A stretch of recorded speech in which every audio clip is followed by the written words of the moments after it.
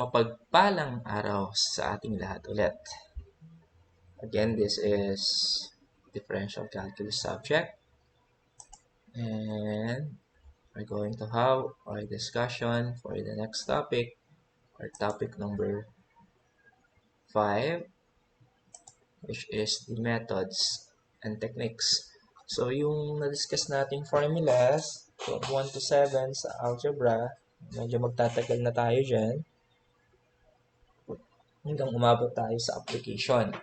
So, yun yung pinaka-main event, no? Yung pinakahihintay natin. Sa engineering kasi, lahat ng mga equations kailangan maintindihan natin. Tapos, ang pinaka-main concern is the application. So, unlike sa ibang courses, focus sila sa equations. Kayo, ano lang yan, parang patikim. So, I hope na lahat sa inyo, tapos na yung video, at shout out din. Pwede kayo magpa-shoutout sa akin. Shoutout din sa mga nakapag-advance na mag-aral. Okay, sa mga hindi, habol tayo, ha? So, hindi pwede magpa-relax-relax. So, magkakaroon din tayo soon. Magkakaroon na tayo ng first test or long test natin.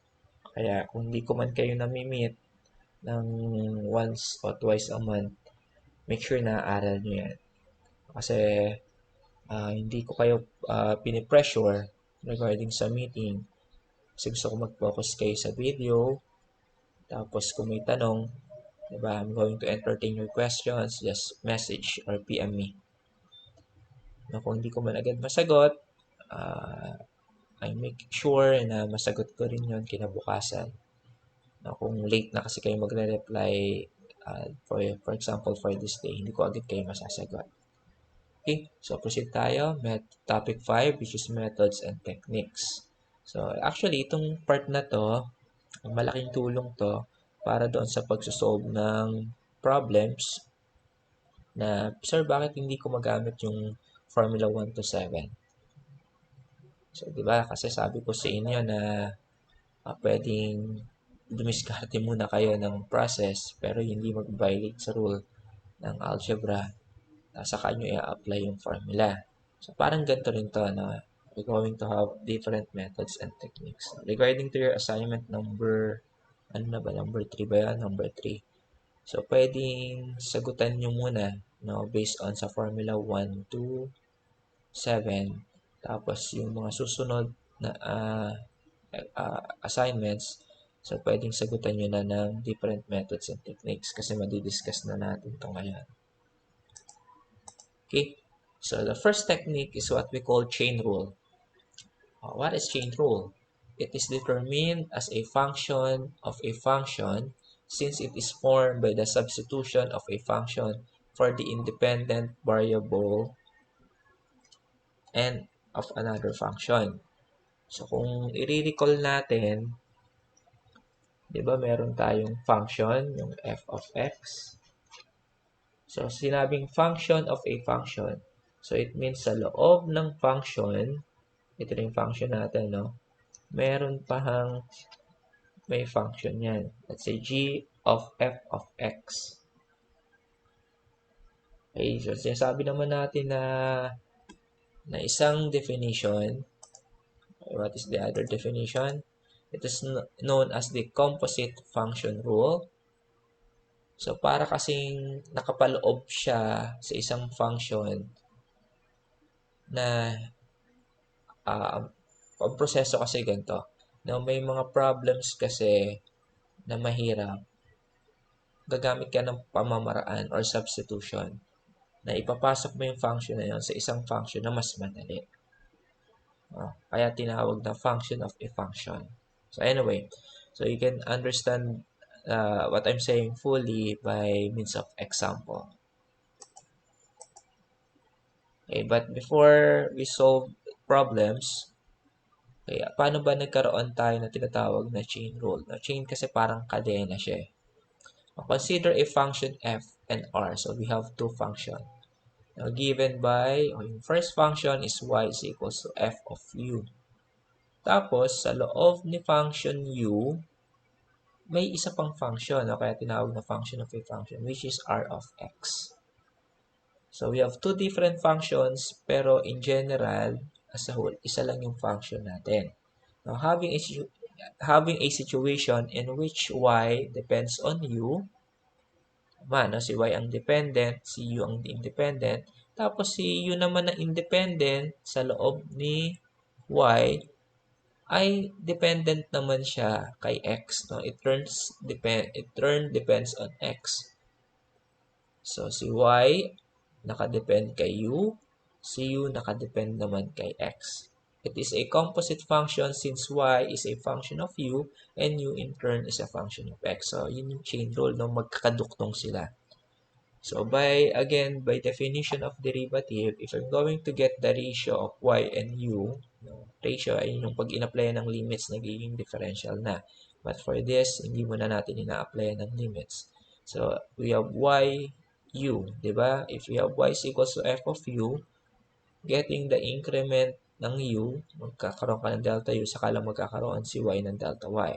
So ibig sabihin, delta y over delta u. Tapos, sa loob naman ni u, parang u is equals to x. So, si u naman ang dependent, si x naman ang independent. So, if I'm going to get the increment at x, magkaka-increment si u. So, i-multiply ko si delta y over delta u kay delta u over delta x. Isa susulat ko para mas lalong maintindihan. Okay, sa part na to, parang meron akong y is equals to u. Pag si independent ay nagkaroon ng increment, doon lang magkakaroon ng increment si y. Diba? Ganun yung rule natin dati. Tapos, sa loob ni u, merong function. Ito naman. So, mangyayari, u is equals to r naman. Okay? Tapos, si r, magkakaroon ng increment. Si u, doon lang magkakaroon ng increment. So, ganun mangyayari. So, based on this formula, so, dalawa yung kinukuha nating equation. Okay, so let's say this is also x. Para hindi kayo malito, yan, x muna. So, ang hinahanap kasi natin lagi is dy over dx. Yan ang hinahanap. So, para makuha yung dy over dx, okay, so iyan yung given, delta y over delta u, tapos ito ulit yung another given. So, pag minultiply natin, cancel si delta u, lalabas ay delta y over delta x. Tapos, a-applyan lang natin siya ng limits where delta x approaches to 0. Magiging, ang ratio ng dalawang increment pag in-apply ng limits, yan ay magiging dy over dx. Ayun ang ibig sabihin niya. Since u is differentiable function of x, then applying the theorem on limits, ito na ina-explain ko, no? So, yung limits of the ratio, yun na yung dy over dx. Siyempre, yung multiplication na to, ayan yun, in-apply ng limits, applying theorem ng limits. So, it means delta y over delta u, applying limits is dy over du. Delta u over delta x, applying limits. Okay, this is not x equals to 0. Tama, x naman, no? Kasi pupunta sa x. So, we have du over dx. Ayun ang ibig sabihin doon. So, parang cancel lang rin si delta u. Kaya ang sagot ay dy over dx. Okay, do you follow? Nasusundan? Okay, so let's proceed sa examples. Okay, example 1. Find y prime if y is equals to 4x squared plus 5x quantity raised to 3. So, kung hindi natin gagamitan ng chain rule yan, okay, yung normal lang na ginagamit natin, pwede naman. Wait.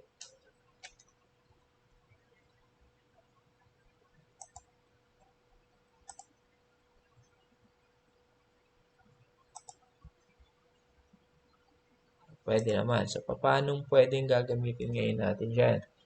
Yung normal lang na ginagawa natin. Y is equals to 4x squared. Pakita ko yung dalawang solution. So, getting the derivative of y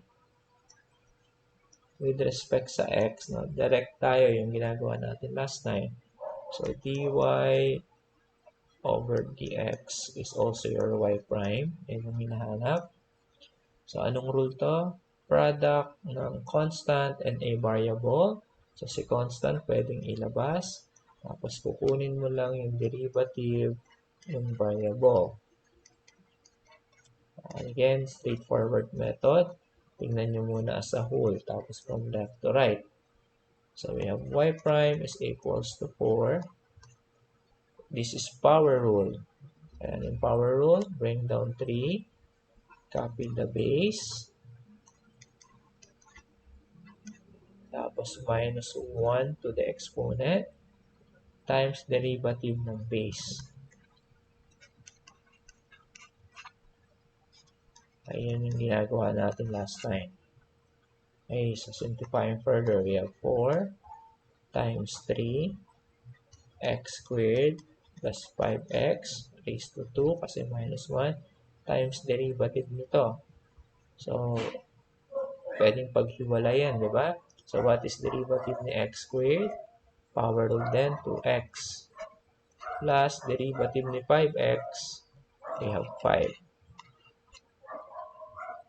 Okay, so we have 4 times 3 is 12 times x squared plus 5x squared 2x plus 5. Okay, so yung iba sa inyo, for sure, sir, kailangan ko pa ba bang i-multiply lahat?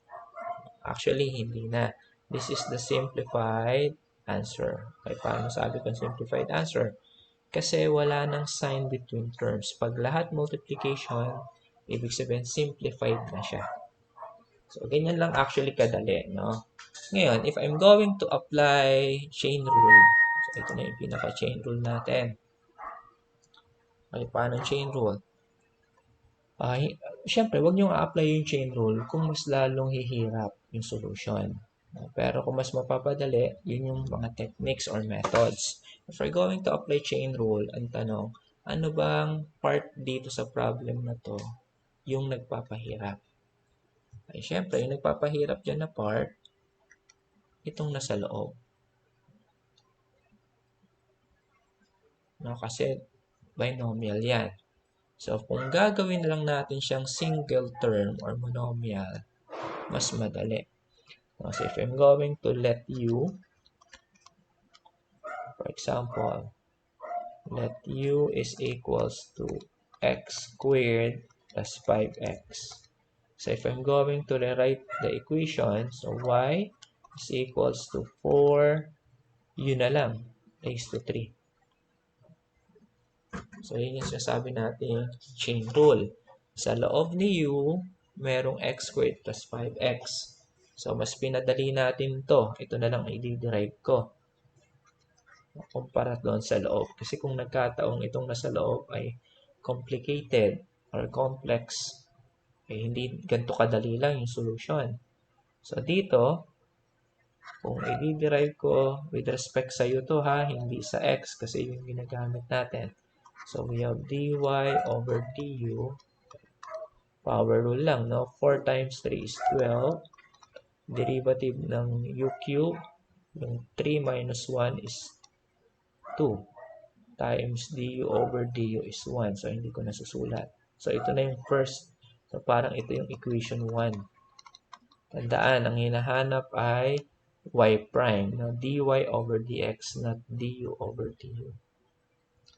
So, kung ganun mangyayari, we need to again derive u. Yung u na given kanina, which is x squared plus 5x, i-derive ko naman to with respect kay x. So, magiging du over dx is equal, so madali rin, no? I-derive. What is derivative ng x squared? 2x. Derivative ni 5x ay 5. So let this be our equation number 2. So sabi sa problem, if we ask to find for y prime, where y prime is dy over dx, we just simply multiply the two equations. So dy over du times du over dx. Yan yung kaninang ina-explain. No, kasi yung du cancel naman, no? Matitira pa rin ay dy over dx. So what is the value of dy over du? Okay. Yan yung equation 1, which is 12u times yung du over dx, which is equation number 2, 2x plus 5x. So we have 12, and u, according to definition, is x squared plus 5x. Okay. Sorry, yung u pala ay naka-squared, no? Naka-squared to. Squared times 2x plus 5x. Okay, bakit ba may 5x? Let u is equals to 5x. So, wala na pala tong x na dinerive na natin. Wala tong x. Yan. Okay, so this is now my y prime. So, magka-equal ba sila ng sagot? Okay, yes. So, if we're going to evaluate yung equation na to, mas madali ito actually. Mas maikli ito, pero dumaan ka sa proseso ng dami, no, i-derive sa loob. Dito, gumamit ka ng chain rule, having equation 1 and equation number 2, ay mahaba siya, pero mas madali yung proseso niya. So, para sa problem na to, mas gusto ko pa rin itong pinaka-original method, no? But not all the time. So, makakatulong ang chain rule kung yung nasa loob na problem ay complex or mahirap. So, let's have another example. Okay, example number 2. Yan. Tingnan nyo kung mas madali yan. Find y prime where y is equals to. Okay, dalawa yung square root niya. Kung magiging dalawa yung square root niya, okay, pwede pa rin naman nating sagutan yan using yung una. Okay, so try nating sagutan yung una by formula. If y is equals to the square root of 7 plus square root of 3x plus 1. So, i-replace muna natin yung radical into its exponential form. Okay, yung unang square root, 7 plus. Yung pangalawang square root, yung 3x plus 1. Yan yung unang naka-raise kay 1/2 na ginawa natin from radical to exponential. Yung pangalawa naman, nasa labas yung 1/2. So, sabi sa product rule, sa power rule, so dy over dx, which is your y prime, power rule. Now, bring down, ito muna ha, ito muna una. Bring down 1/2, copy the base. Huwag mo nang pakikialaman yung nasa loob. Anong gagawin sa 1/2 na to? Magma-minus 1. Tapos, pagka minus 1, kukunin ko pa yung derivative ng base. So, ano yung derivative ng base? 7 plus 3, 153x plus 1, naka-raise kay 1/2. Ayan yung derivative ng base. Okay, so simplify natin ulit. Y prime, 1/2. You have 7, 3x plus 1, raised to 1/2. 1/2 minus 1 is negative 1/2. Tapos ito yung derivative naman itong nasa loob. Yung 7, pag dinistribute ko sa derivative, 0. Plus Power rule yung second term, bring down 1/2. Open ulit yung base. Minus 1. So, 1/2 minus 1 is negative 1/2. Times yung derivative nitong nasa loob. Ano derivative ni 3x? 3. Derivative ni 1, 0. So, ganun yung mangyayari dyan. So, wala nang derivative.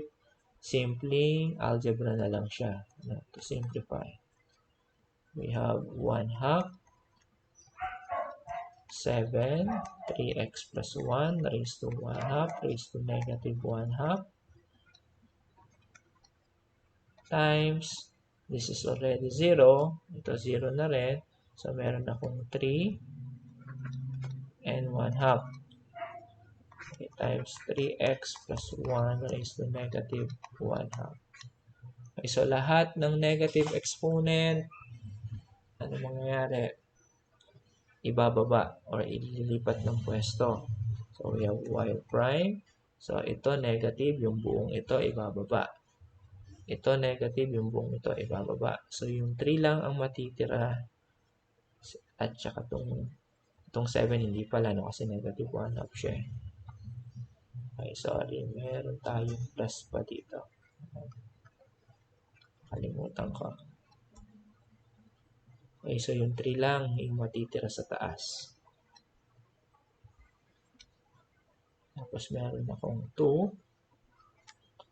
Ito, ibababa ito. Kaya 7 plus 3x plus 1 raised to 1/2 raised to 1/2. Okay, tapos dito, may 2 rin ulit ako. Times 3x plus 1 raised to 1/2. So next, since the problem is in radical, so ibabalik natin sa pagka-radical to. We have 3 divided by 2. By the way, 2 times 2, gawin ko na itong 4. Okay, tapos papalitan ko ito ng radical. So, 1/2 means square root. Square root ni 7 plus yung 1/2 ulit na to para kay 3x plus 1, square root din yan.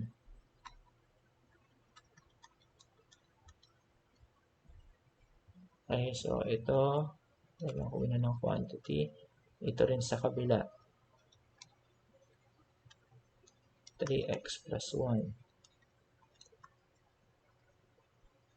Okay, so by inspection, may radical, wag itong loob ha, may radical according sa rule, pwedeng pagsamahin.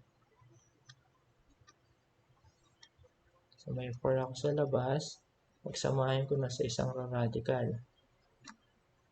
Okay, itong grupo na to, hindi ko pinakialam yung radical sa loob ha, may 3x plus 1. Tapos ito, tatimes ko na lang ng 3x plus 1. Okay, so yan na yung magiging final answer. Okay, medyo maikli siya, pero masalimuot, no? Magkamali ka lang ng isa dyan. Okay, tapos ka na. Hindi ka pwede yun. Another solution using chain rule. So, ito na yung topic kasi natin. Using chain rule. According sa chain rule, magkakaroon ngayon tayo ng representation or substitution. If we're going to let, para hindi magulo, u equals yung isang square root na nagpapagulo sa loob. Okay, so change ko lang sa radical para mamaya. Ayan. So, wala na akong problemahin gano'n sa problem kasi meron na lang akong y equals the square root of 7. Yung square root of 3x, ginawa ko na siyang u. Plus u na lang. Ayan. Mas lumali. So, yung u, yung equation 1, u and x, dito ko kukunin mamaya. Sulat ko na. Yung du over dx Dito naman kay y, diyan ko naman kukunin yung dy over du. Kaya kung hinahanap ay si y prime, so si y prime, siya si dy over dx, kukunin ko lang sa dalawang to. So, multiply ko lang daw si dy over du, times ko kay du over dx. Maka-cancel lang si du. So, yan lang ang formulang kailangan ko. So, we need to solve for dy over du and du over dx.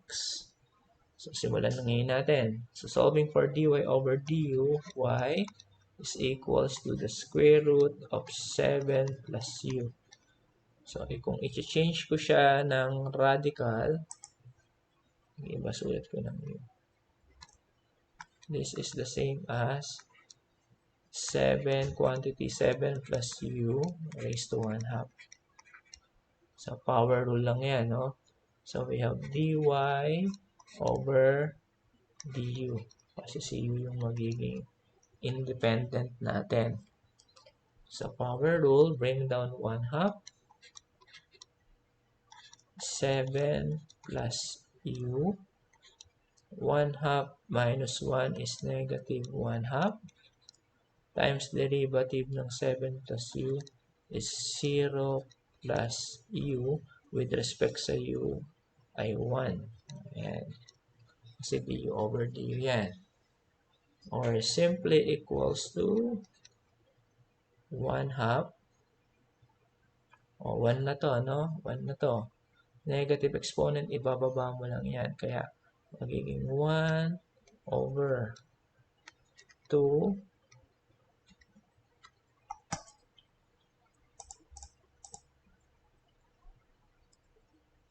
magiging 2 times, ibababa natin yung negative 1 na to make it positive.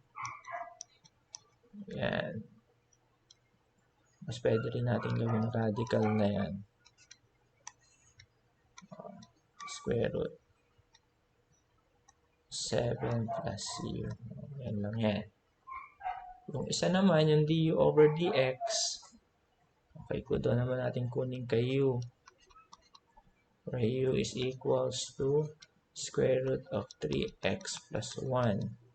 Or, in exponential, 3x plus 1 raised to 1/2.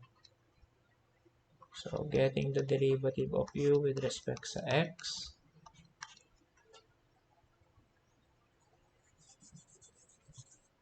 So, power rule, bring down 1/2. Copy the base. Minus 1, kaya negative 1/2. Times derivative ng base. Derivative ni 3x ay 3. Derivative ni 1 ay 0. Okay?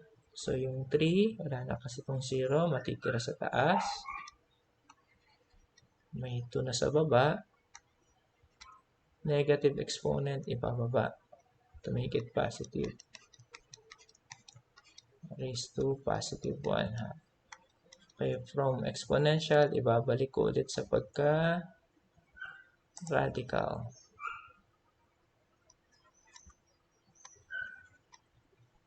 So, 2 square root of 3x plus 1. Okay na. So, in solving for y prime, which is dy over dx, is equals, again, the product ng dy over du. Ito yan. So, we have 1 over 2 square root of 7 plus u. Okay, times 3 over 2 square root of 3x plus 1. Okay, so pag sinubstitute lang natin yan, 3 times 1, numerator will become 3. 2 times 2 is 4. So, square root, lagyan na lang natin sa isang square root. Yung una, si 7 plus u. Yung pangalawa, si 3x plus 1. Siyempre, wala tayong original talaga na u. Ibabalik natin yung value ni u.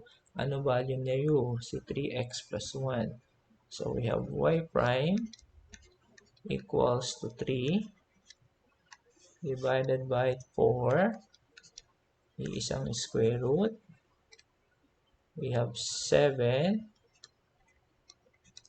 plus u. Ang u ko, original ay square root of 3x plus 1 close times 3x plus 1. Yan. Okay, final answer. Okay, equal ba yung dalawa? Okay, definitely equal siya. Okay, very good. For the next technique is about inverse function rule. So in the inverse function rule, if y is differentiable function of x, so ito yung normal ulit na ginagawa natin, no? Y is equals to f of x or dy over dx. Then, its inverse function defined by x equals to r of y, which is differentiable function of y. Ibig sabihin na kung hindi natin o hindi nakalabas si y sa equation at siya ay nasa loob, so kukunin natin yung inverse niya na function. Ano ibig sabihin ng inverse? So since we're looking on dy over dx or looking for dy over dx, if I'm going to get dx over dy, which is wrong, pwede pa rin masolve si dy over dx basta i-divide natin yung dx over dy by 1. So just make sure that our dx over dy is not equal to 0. So may mga problem kasi na hindi nakalabas si y. No, kasi laging y is equals to x squared plus blah blah blah blah blah blah. Ganon di ba? Tapos di-derive natin directly si y with respect sa x. Kung hindi nakalabas si y directly, pwede nating gamitan ng inverse function rule. So ano ba yung example nito? Okay, example, we have x is equals to y cubed minus 4y squared. Find dy over dx. Okay, inspection. Dy over dx means that y is our dependent. Siya dapat yung nakalabas. But in this case, hindi nakalabas si y. So, papaano natin sa solve ngayon si dy over dx? So, kahit anong labas pa ang gawin ninyo kay y, may matitira at matitira pa rin sa y. Kahit mailipat ko si y sa kaliwa, meron pa rin y sa kanan. So, yun yung mga cases na hindi nyo masosolve just using the formula o yung normal na gagawin natin.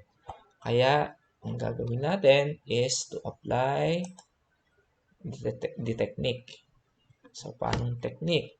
Instead of solving dy over dx, kunin mo muna si dx over dy. Yan yung ibig sabihin, di ba? So, kabaliktaran. Okay, so let's solve example 1. So, if I have x is equals to y cubed minus 4y squared. Okay, so i-derive ko to. But again, even pinaka-independent, dependent na baliktad. So, babaguhin ko dx over dy, not dy over dx. So, we have dx over dy. So, hindi siya si y prime. Hindi yan yung hinahanap. Okay, times the derivative of y cubed minus 4y squared over dy. So, pwedeng paghiwalayan. Y cubed over dy minus d 4y squared over dy. Isa-isahin ngayon natin as a whole.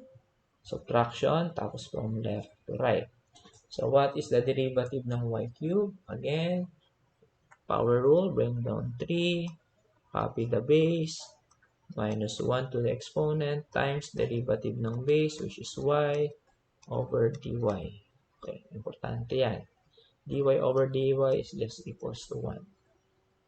Minus, kaya huwag kakalimutan lagi ito. Ano? Kasi sa susunod mga topics, importante ito. So, 4y squared, bring out 4 times derivative ng y squared over dy. Okay, so we have 3y, 3 minus 1 squared. This is already 1, hindi na kailangan. Minus 4. Okay, power rule. Bring out again 2. Copy the base. Minus 1, kaya 1 na lang siya. Times derivative ng y with respect sa y, 1 na lang rin siya. Medyo shortcut ko na. Or dx over dy, again, hindi ito yung hinahanap, is equals to 3y squared minus 4 times 2 is 8y. Baka mapagkamalan yung ano to ha, exponent or yung prime derivative, hindi.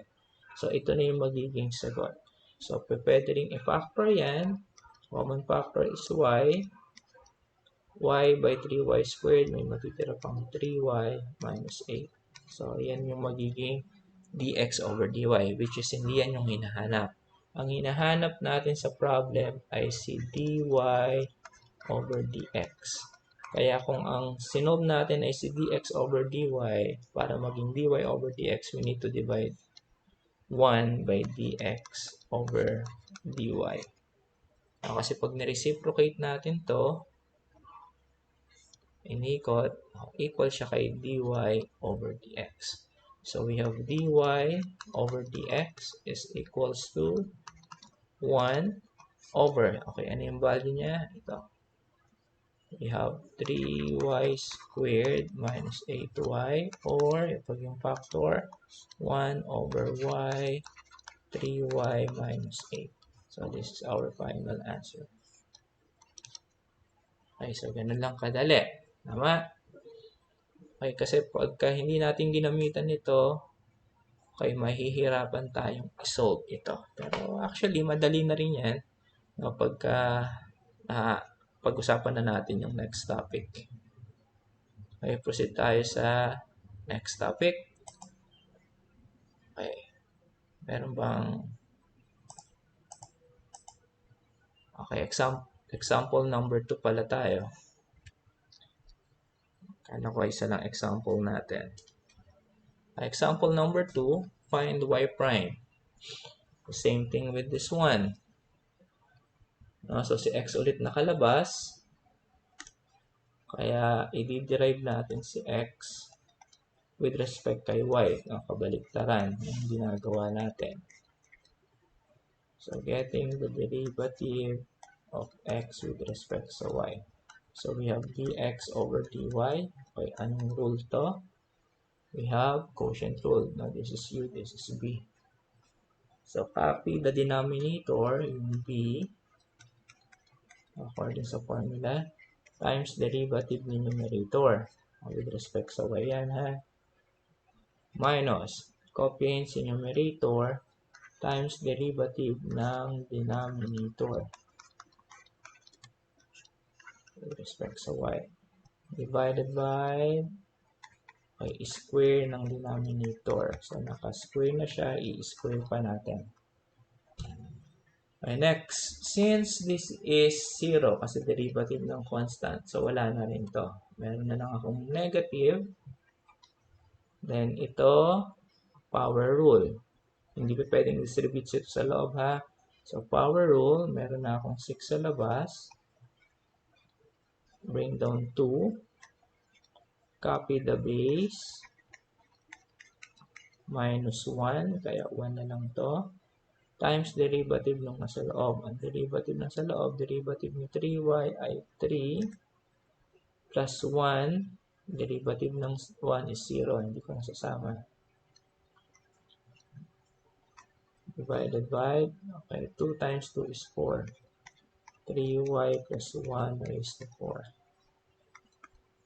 So, we have negative 6 times 2 times 3.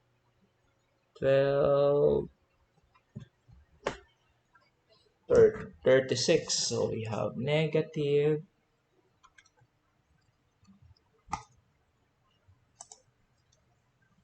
36 times 3y plus 1 over 3y plus 1 raised to 4. So we have dx over dy. So, ito may 1 to, no? So makakancel na to. Si 4 magkakaroon pa ng 3.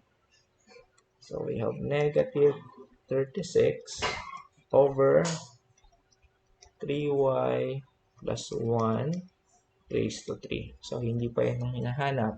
Ang hinahanap natin, again, si dy over dx or y prime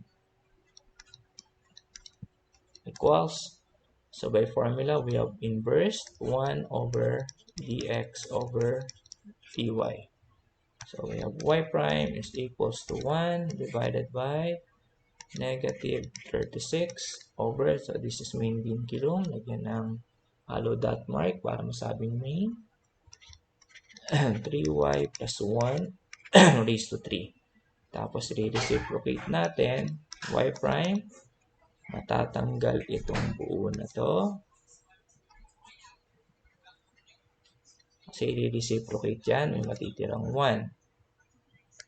So we have 1 over 1 times, so reciprocate natin, 3y plus 1 raised to 3 over negative 36. Or y prime is now equals to negative 3y plus 1 raised to 3 over 36. So, yan na yung magiging sagot for example number 2. For the next topic, ano naman yung next topic? For instance, that I have x squared minus 4y is equals to 4. It defines y as an implicit function of x. Also, it may be said that x is an implicit function of y. Depende sa equation na to kung sino ang ilalabas natin. Pag nilabas natin si y, kaya ang sabi, y is an implicit function of x. No? Pag nakalabas si y. Pag nakalabas naman si x naman ay implicit function of y. In functional notation, this is expressed in symbols as f of x or y equals to 0. So, hindi natin alam kung sino yung nakalabas, si y or si x. So, ang gagawin ngayon nating discussion dyan is about the implicit function.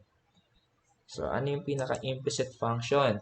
When an equation in x and y is given and y is not explicitly exposed.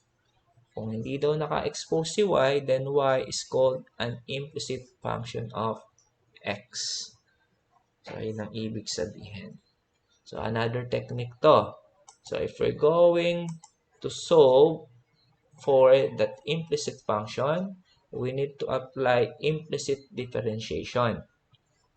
Whereas implicit differentiation tells that in finding the derivative of a variable, let's say y, of an implicit function, differentiate both sides of the equation with respect to x, then solve for y. So, para rin siyang inverse, no? Pero hindi natin i-divide na yon sa 1 or 1 divided by dx over dy.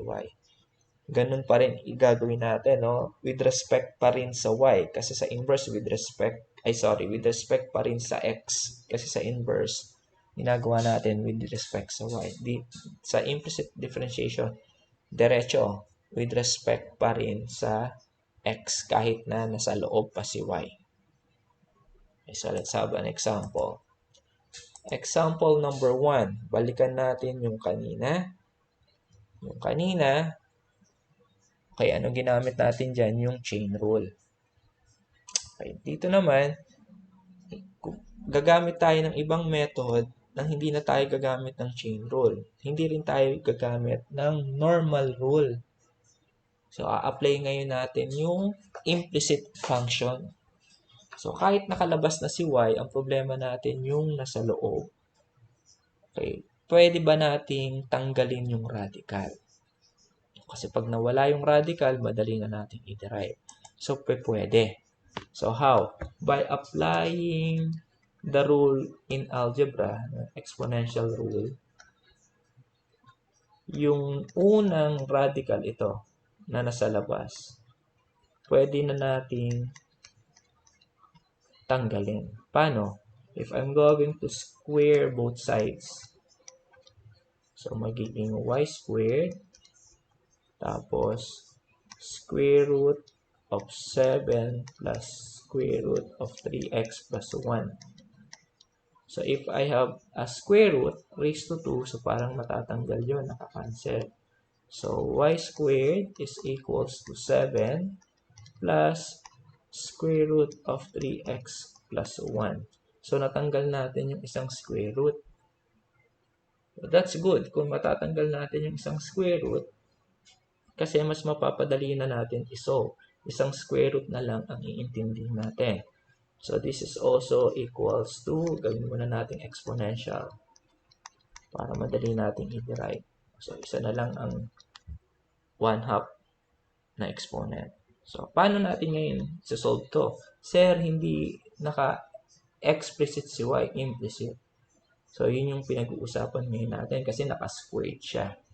Kahit nasa labas siya, pero hindi solo lang na si y kasi may squared si y. So, we're going to derive this still with respect na sa x, no? Diretso na. So, wala tayong babaguhin sa rule. Ganun pa rin. Applying, or sulat ko muna. At pati yung sa kabila.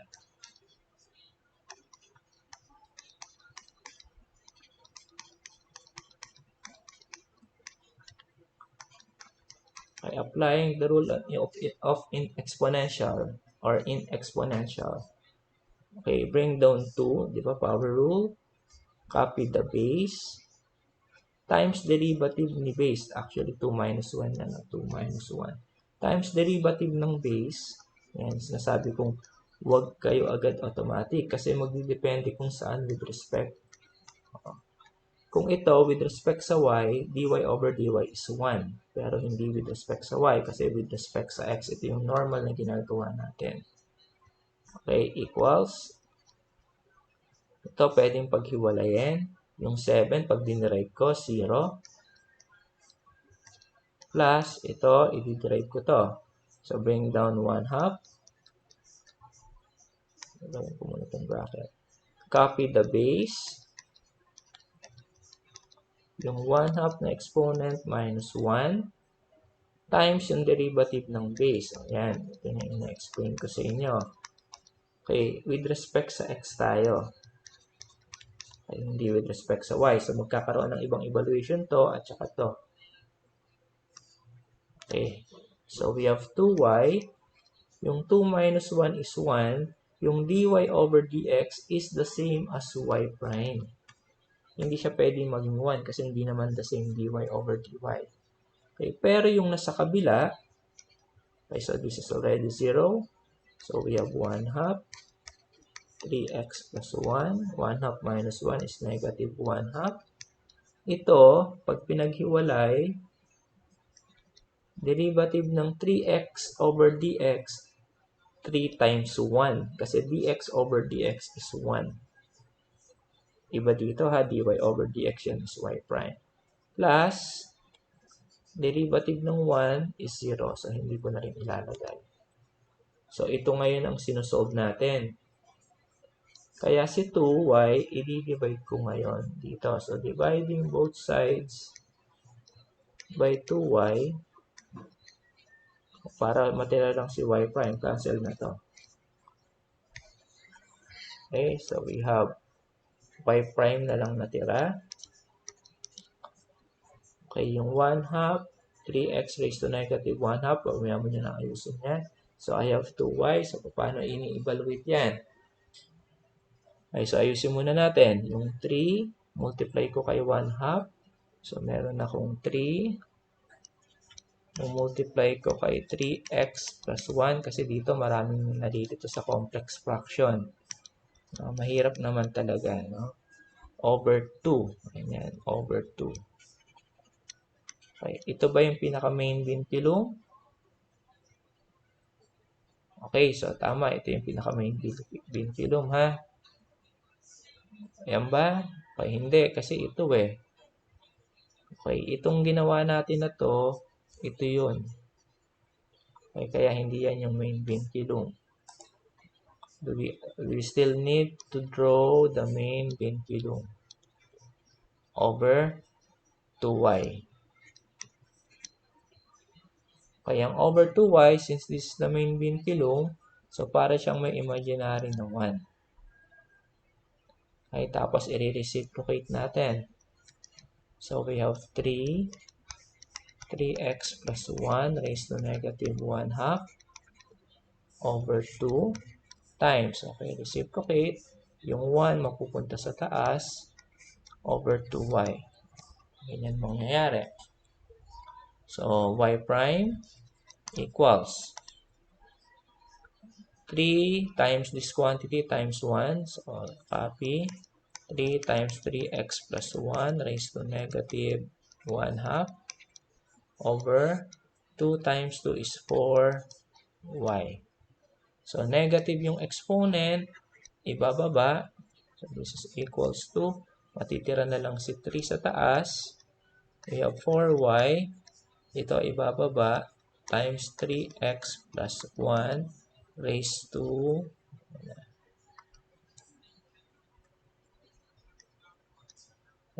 negative. Wala na palang negative. Positive na siya. Okay, 1 half. So, simplifying further, y prime 3 over 4y. What is the value of y? So, kailangan palitan. The value of y is this. Okay, ito yung value ni y.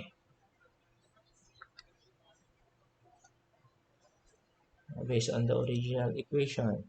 So, papalitan syempre natin yung value ni y na square root of 7 plus square root of 3x plus 1. Kukulong ko muna. Times, ito rin, yung 1 half, it means square root din yan, ng 3x plus 1. So, may square root, pwedeng pagsamahin. May 3 ako sa taas. May 4. Isang square root na lang ang gagamitin. Una, meron akong 7 plus square root of 3x plus 1. Wala nang kinalaman yung square root na yun nasa loob. Ito times 3x plus 1 na lang. Okay, so same answer katulad kanina yan. So, it's up to you kung anong gusto nyong isolve, no? Pwedeng yung ordinary, yung normal, pwedeng yung chain rule, pwedeng itong composite function rule. Okay, so marami tayong pag-uusapan ng mga different techniques. Okay, so proceed tayo sa next example. So, find y prime again. So, dy over dx, take note of that. Dx over dy of x is equals to y cubed minus 4y squared. Yan yung kanina. So, ang ginamit kasi natin kanina dyan ay inverse. Ngayon, pwede ba natin kunin yan using implicit? Okay, pwede. So, if I have x is equals to y cubed minus 4y squared, kanina kasi nag-derive tayo using inverse with respect sa y, no? Kaya naging dx over dy. Ngayon, hindi tayo magre-respect sa y.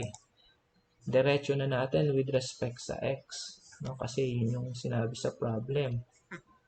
Sabi sa problem, with respect na sa x. Okay, kaya yun ang gagawin natin with respect sa x. So, we have derivative of x over dx equals, okay, so, paghihiwalayin ko na, derivative ng y cube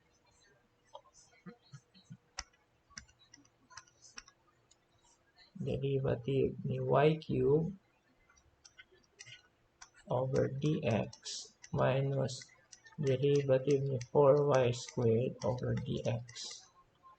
Okay, yung derivative of x with respect sa x, 1 yan. Okay, derivative ng y cube, power rule, bring down 3, copy the base, minus 1, kaya square, times derivative ng base. Ano yung base? dy with respect sa x. So, magkaiba to at saka to. Ito with respect sa x, kaya naging 1. Ito with respect sa x, si y, kaya siya yung magiging y prime. Kasi dy over dx minus yung 4, pwede kong ilabas, times, power rule tayo ulit, y squared, bring down 2, copy the base, minus 1, kaya 1 na lang, hindi ko nasasama, times derivative ulit ni base over dx. Ito rin ay si y prime din yan. Okay, kaya kung aayusin natin, or simplify muna natin para hindi magulo, we have 1, 3y squared y prime minus 4 times 2, 8y, ito, no, and y prime. So, kailangan natin pagsamahin yung dalawang y prime. So, paano pagsasamahin yung dalawang y prime? 1 is equals to, okay, factor na natin, ha? Factor na natin yung y prime at saka yung y. So, ang common factor ni first term at ni second term, meron akong y, may y squared, yung maliit yung kukunin. May y prime, may y prime, y prime. Ayan. So, ano yung matitira sa loob? May 3 pa rin sa first term. Yung y squared, dahil may y na, y na lang. Yung y prime, cancel na yan. Minus may 8. Yung y, wala na kasi may y. Yung y prime, wala na kasi may y prime. So, kung isosolve ko yung y prime, we need to divide both sides by y times 3y minus 8. Y times 3y minus 8. So, mga cancel na to. Cancel na yan. So, I have y prime. Dito ko lang unahin. Is equals to 1 over y times 3y minus 8. So, yan din yung sagot kanina. Okay, so, ang ginamit na process dyan ay implicit function rule. Okay, good. For the last topic or discussion natin for this topic 5, is what we call higher derivatives. So, ano yung higher derivatives? Ito yung idiniderive natin yung isang function ng paulit-ulit. So, for example, this is our function, no? Y is equals to f of x. Pag dinerive ko si y, that will be our first derivative, magiging dy over dx or derivative of function over dx or f prime of x. No? So, ito yung madalas natin gamitin, yung y prime or yung dy over dx. Pag dinerive pa natin ulit yan, yan yung magiging second derivative. So, si y prime magiging y double prime. Tapos, yung dy over dx, ito, i-derive ulit natin ng d over dx. Ano magiging isura? d2y. Hindi yan d squared, ha? Yung 2 sa taas, yan ay magsisimbolize ng second derivative. So, ayun ang ibig sabihin nito. Now, this is not an exponent. It only symbolizes second derivative ng y over dx squared. Ito, exponent yan. Okay, para lang maintindihan. Okay, next. For the third time, okay, yung third derivative, so same procedure, yung second derivative, ito yon, i-derive ko ulit, magiging third derivative, again, symbol tong 3, over dx cube, ito exponent, or f triple prime. So, ito yung nakakulang pala, no? Okay, ito yung y triple prime. Okay, pag dinerive ulit sa susunod yan, fourth derivative, So, yung third derivative, derive ko ulit. Magiging fourth derivative over dx to the fourth or fourth of derivative of the function fourth time. So, tingnan nyo dito. As we observe, ito nilagyan ng parenthesis ha. Okay, bakit nilagyan? Kasi pag hindi nilagyan yan ng parenthesis at naging ganyan lang form, mapagkakamalang exponent yan. No, kaya nilagyan ng open and close. Okay, and kung dadating pa yung iba, nth derivative. Okay, so para saan ngayon yung higher derivatives? So, bibigyan ko na kayo ng overview or bibigyan ko na kayo ng idea para doon sa application ng maximum minima, no? Yung first derivative kasi, for example, y muna tayo. Y. Let's say yung y, that is your distance vertically. Pataas. Distance yan, no? Yung na-travel mo pala o distance. Let's say ang unit niyan ay meter.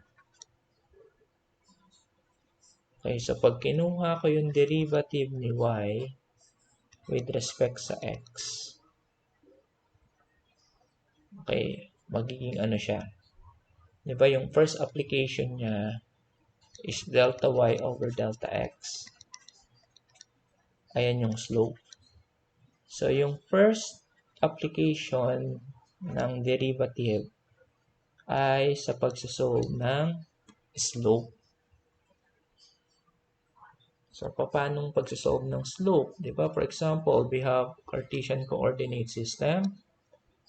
Okay, tapos, gusto kong kunin yung slope ng, let's say, okay, mayroon akong line na to. So, mayroong equation to. So, you have to be familiar, ha? For example, ang equation na yan ay 2x. Halimbawa lang to. 2x minus y plus 4 equals to 0. Okay, in drawing ko to, ito yung lumabas. Tapos, gusto ko ngayon kunin yung angle. Let's say this is 1. This is x equals to 2. Sa part na to, sa 2. Gusto kong kunin yung angle na to. Ay, paano mo kukunin? So, kunin mo lang yung derivative nito. Ito si y eh. Pag kinuha ko yung derivative, for example, if I'm going to get the derivative of 2x minus y plus 4 explicitly or implicit function, d over dx. So, what is derivative ng 2x? 2 lang. Minus derivative ni y with respect sa x, yan yung y prime. Derivative ng 4, 0, equals to 0. Parang ganun siya. So, kung susolve ko si y prime, lilipat ko sa kabila. So, y prime is equals to 2. Ito na yung slope. That is my m. Or, if this is 2, kung kukunin ko si theta, equals kay tangent theta, ang slope. So, kung kukunin ko si theta, so theta is equals to arc tan, o yung inverse tan na tinatawag natin, of 2. So, pag kinumpute sa calculator yan, masosolve ko na yung angle theta. So, hindi lang sa line ha, ginagamit yung pagkuha ng slope. Lalo na kung meron tayong mga curve, let's say ganito yung zigzag yung curve. Gusto kong kunin yung curve, yung slope dito pala. Yan. So, pwede. Basta alam nyo lang yung equation na to. Okay, so that's the first application ng derivative, no, in solving for the slope. Okay, ano pa? Okay, for example naman si y, o si x na lang, si x. Distance horizontally. So, sabihin na natin yung na-travel ni x is in meter. Ngayon, dinerive ko si x with respect sa time. So, nung original na x siya is meter, nung nagkaroon na ng overtime, let's say seconds, so parang mangyayari, meter, yung x unit, and time is seconds. So, meter, seconds. So, ano yung may unit na meter seconds? Okay, that's your acceleration or speed. So, yun yung mangyayari. Okay, paano ngayon yung application yan? No? For example, merong kalsada.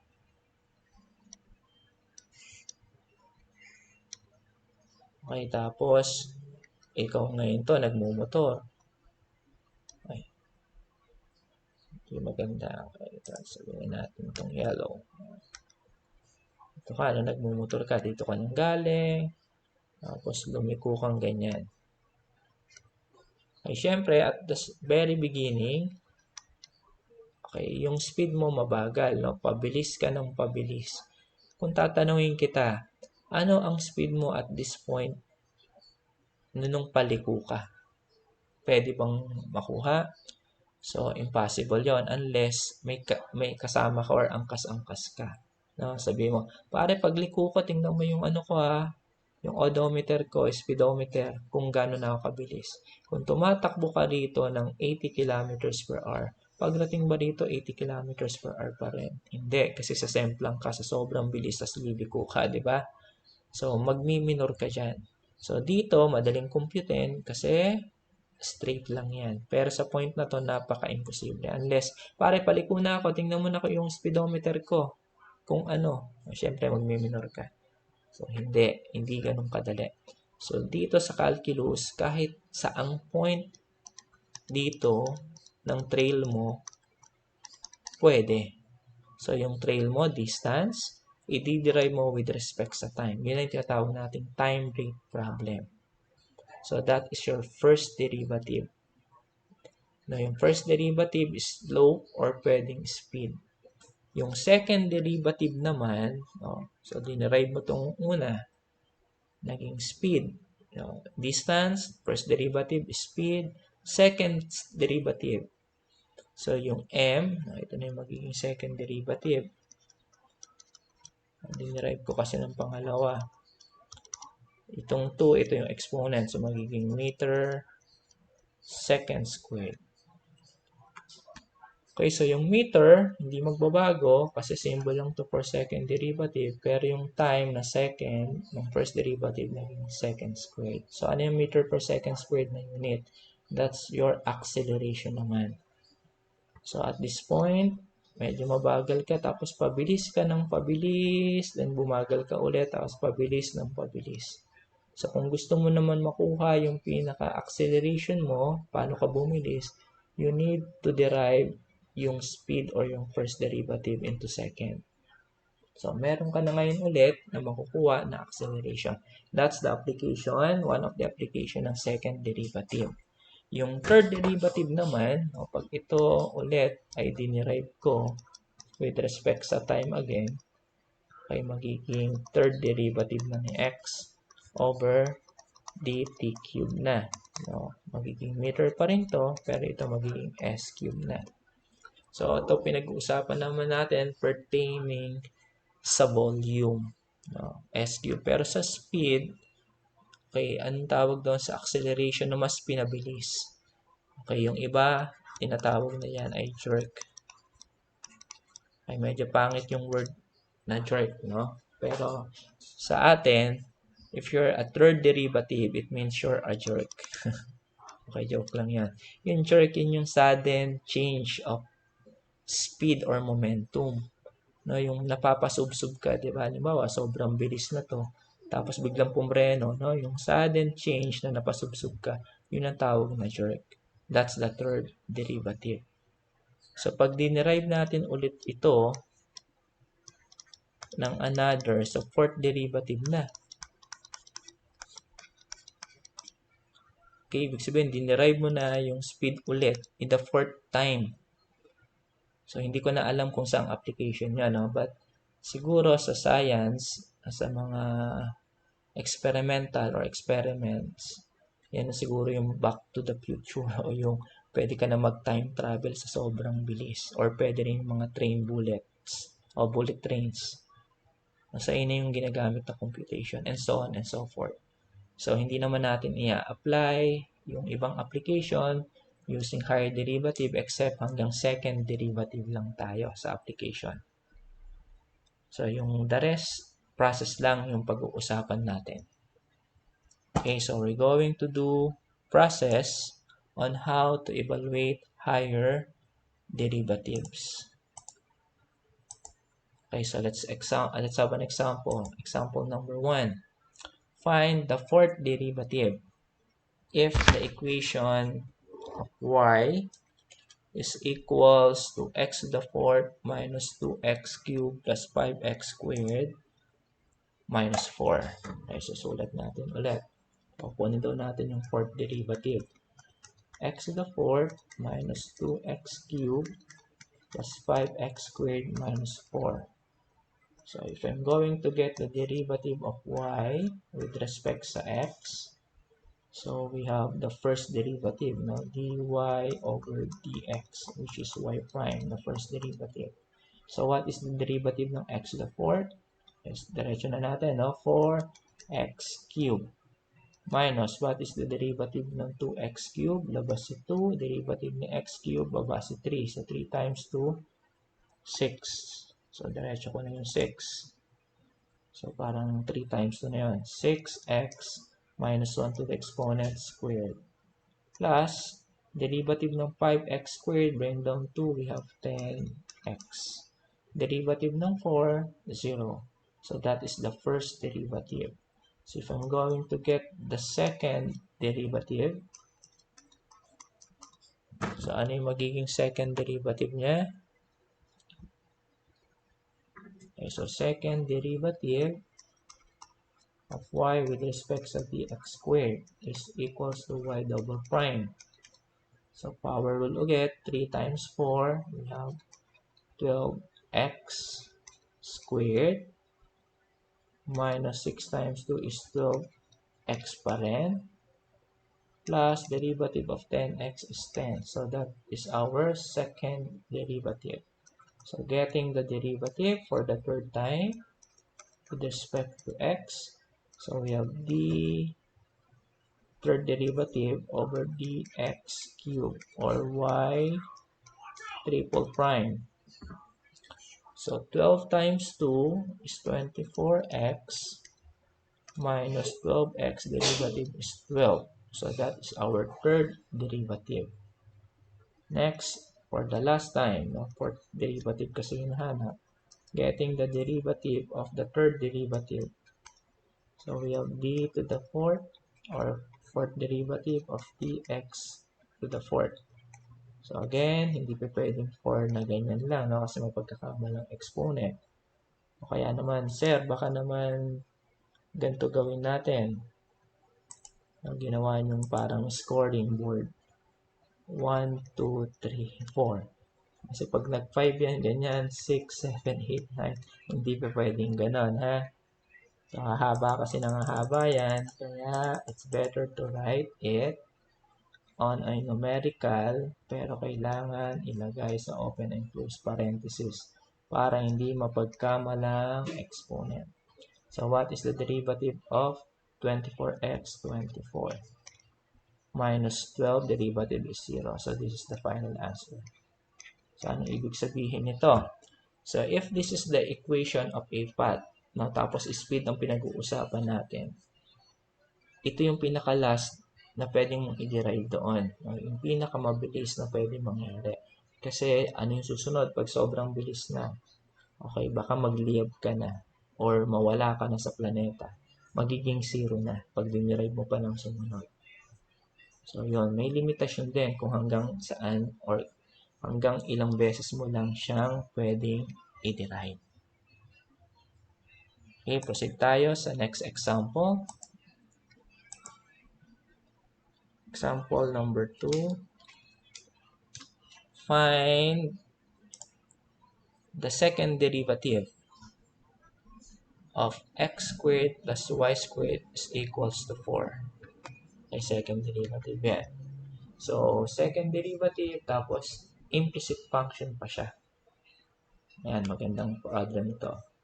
So, we have x squared plus y squared equals to 4. So, getting the derivative directly, ha? Kasi kung ayaw nyo ng direct yan, ilalabas nyo mismo si y. Paano ilalabas? Magiging ganito itsura niyan.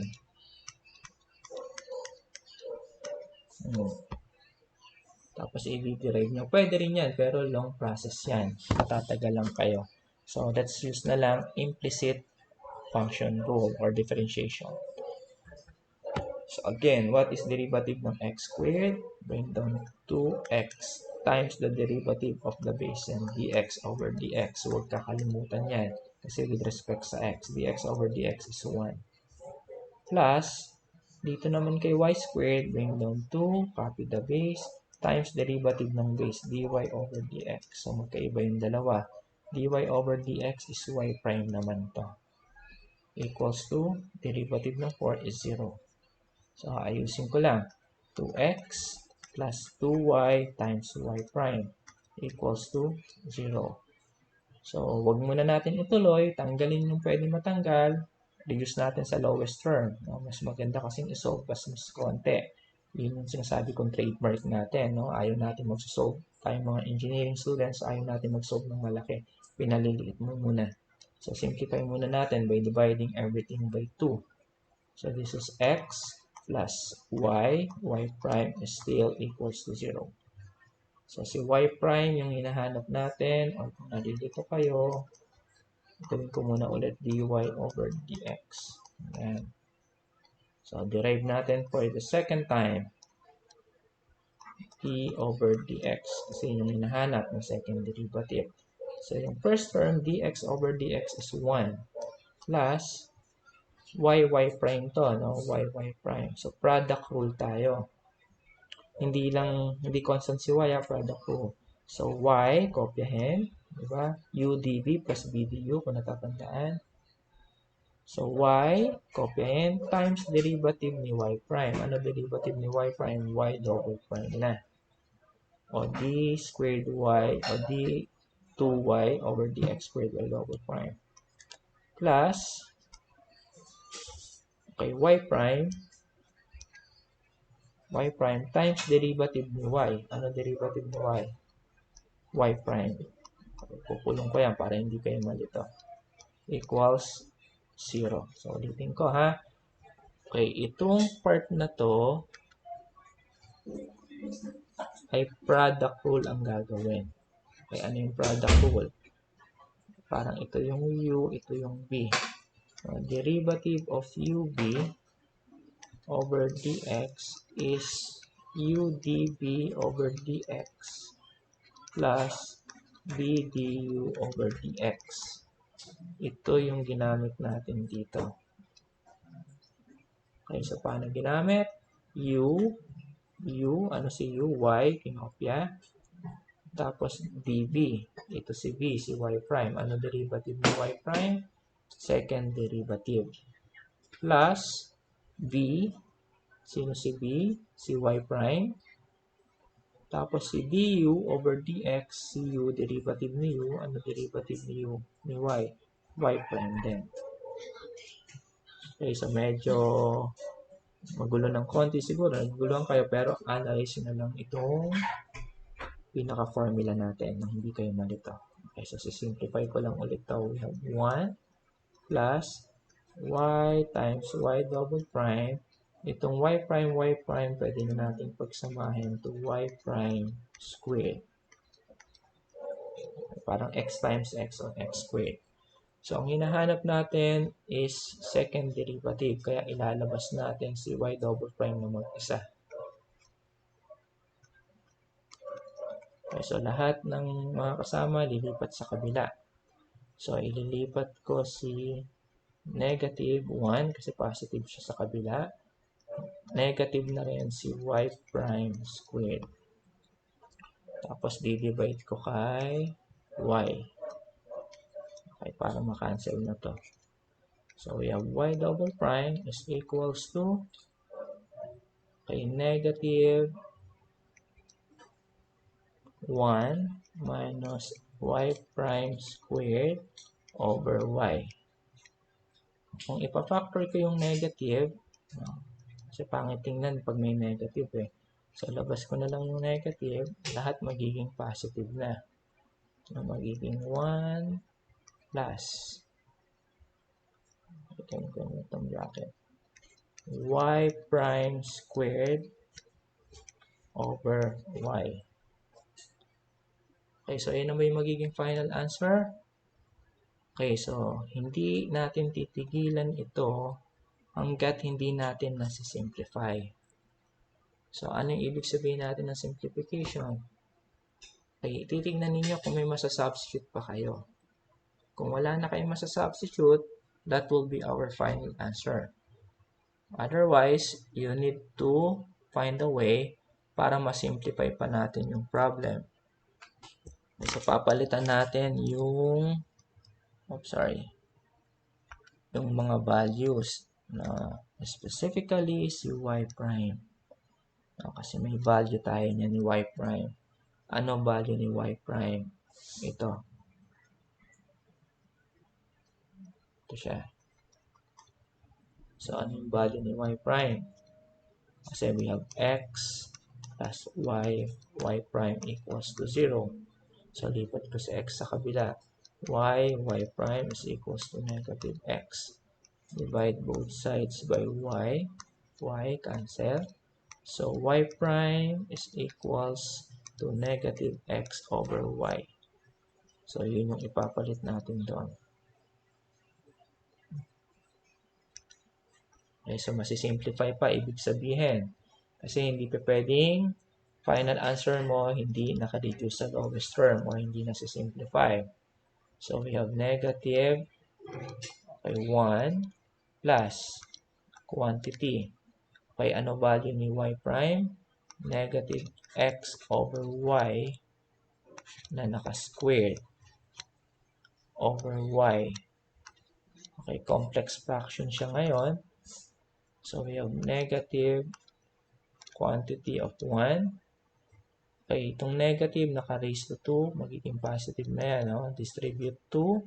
So, we have x squared over y squared over y. Okay, next. Get the LCD muna. Yung numerator. Y squared. This is over 1. Diba? Y squared divided by 1 times 1 is y squared. Plus y squared divided by y squared times x squared is x squared. X squared to hindi yan 1. Over main vinculum of y. Okay. So, main vinculum kaya si y over 1. I-reciprocate ulit natin. Negative y squared plus x squared over y squared times 1, ilalagay sa taas, over y. So, we have negative, multiply lang natin to sa loob, still 1, kaya y squared pa rin, plus x squared pa rin. Ito, multiply ko dito, kaya magiging y cubed. Okay, so hindi pa tayo tapos. Okay, yan yung sinasabi nating simplify. Ano ang value ni y squared plus x squared? Diba, ito yon.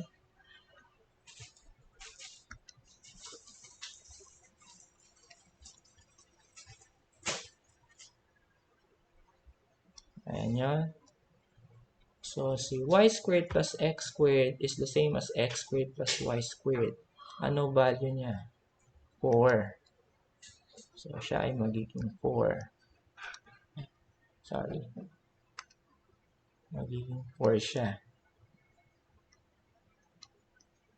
Over y cubed. So, this is our second derivative. So this is now the final answer.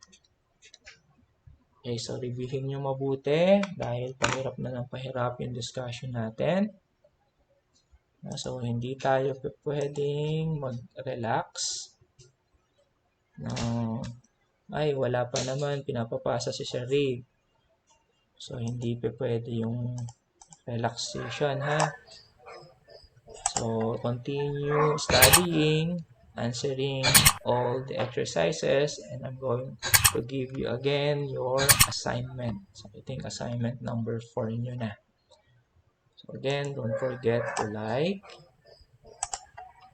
tapos share nyo sa mga kamag-anak nyo na rin para sabihin nyo na mag-subscribe at hit nyo na rin yung bell, no, para ma-update kayo sa mga bagong videos. So, pakitulungan na rin ako na ma-achieve yung 1,000 subscribers. Okay, bilang tulong niya. Okay, so God bless us all. Expect more videos. So, siguro mag-upload pa ako ng another video for topic number 6 within this week. So, hindi muna tayo nag-meet, no, for you to take time na mag-aral at gawin yung mga assignments. So, again, God bless and always be safe. Thank you very much.